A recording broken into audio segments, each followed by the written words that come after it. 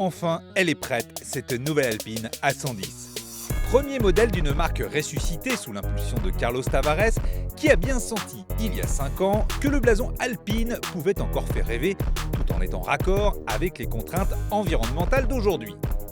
Une petite sportive, légère et pas surmotorisée se prête en effet très bien à notre nouvelle réalité écologique.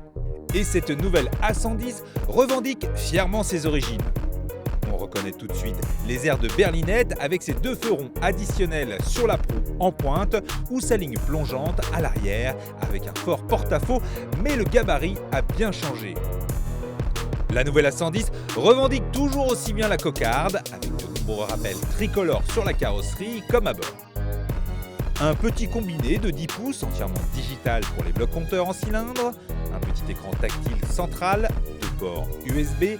Alpine a sélectionné des équipements qui offrent l'indispensable et se passent de systèmes trop sophistiqués comme les aides actives à la conduite ou la simple caméra de recul.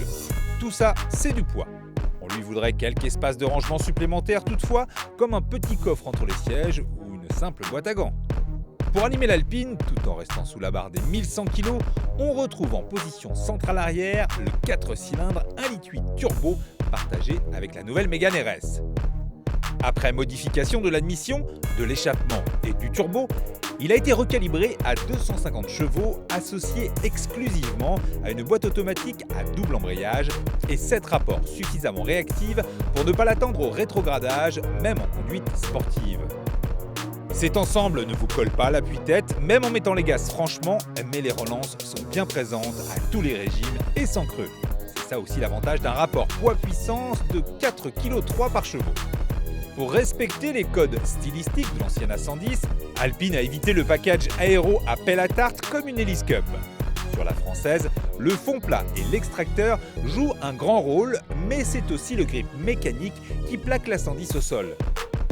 Alpine a en effet opté pour une suspension à double triangulation généralisée aux 4 roues qui presse de plus en plus fort le pneumatique sur l'asphalte à mesure que la vitesse augmente. Ce qui la rend joueuse, c'est une garde au sol rehaussée et des pneumatiques relativement étroits. Des réglages qui pourraient la rendre piégeuse. Mais son amortissement souple et sa répartition des masses de 44% à l'avant et 56% à l'arrière apportent une grande progressivité dans la glisse. Ces modes de conduite font monter le plaisir crescendo. Le summum étant le mode track où l'A110 se dévergonde avec un échappement plus sonore et un ESP permissif, de quoi s'amuser comme un gamin tout en conservant un garde-fou. On se surprend à contrebraquer, presque bras croisés à chaque sortie d'épingle. Même les moins habitués à ce genre d'exercice peuvent y arriver tant le réglage électronique est idéal. La répartition du couple et du freinage en entre de courbe est aussi à gestion artificielle.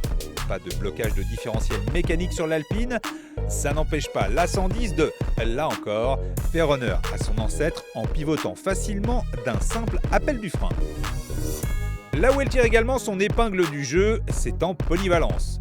Quel que soit le mode de conduite, l'A110 est d'un étonnant confort, même sur route cabossée. Même sur les dos d'âne, ça ne percute jamais le dos, nous rassurant sur l'idée de l'utiliser tous les jours.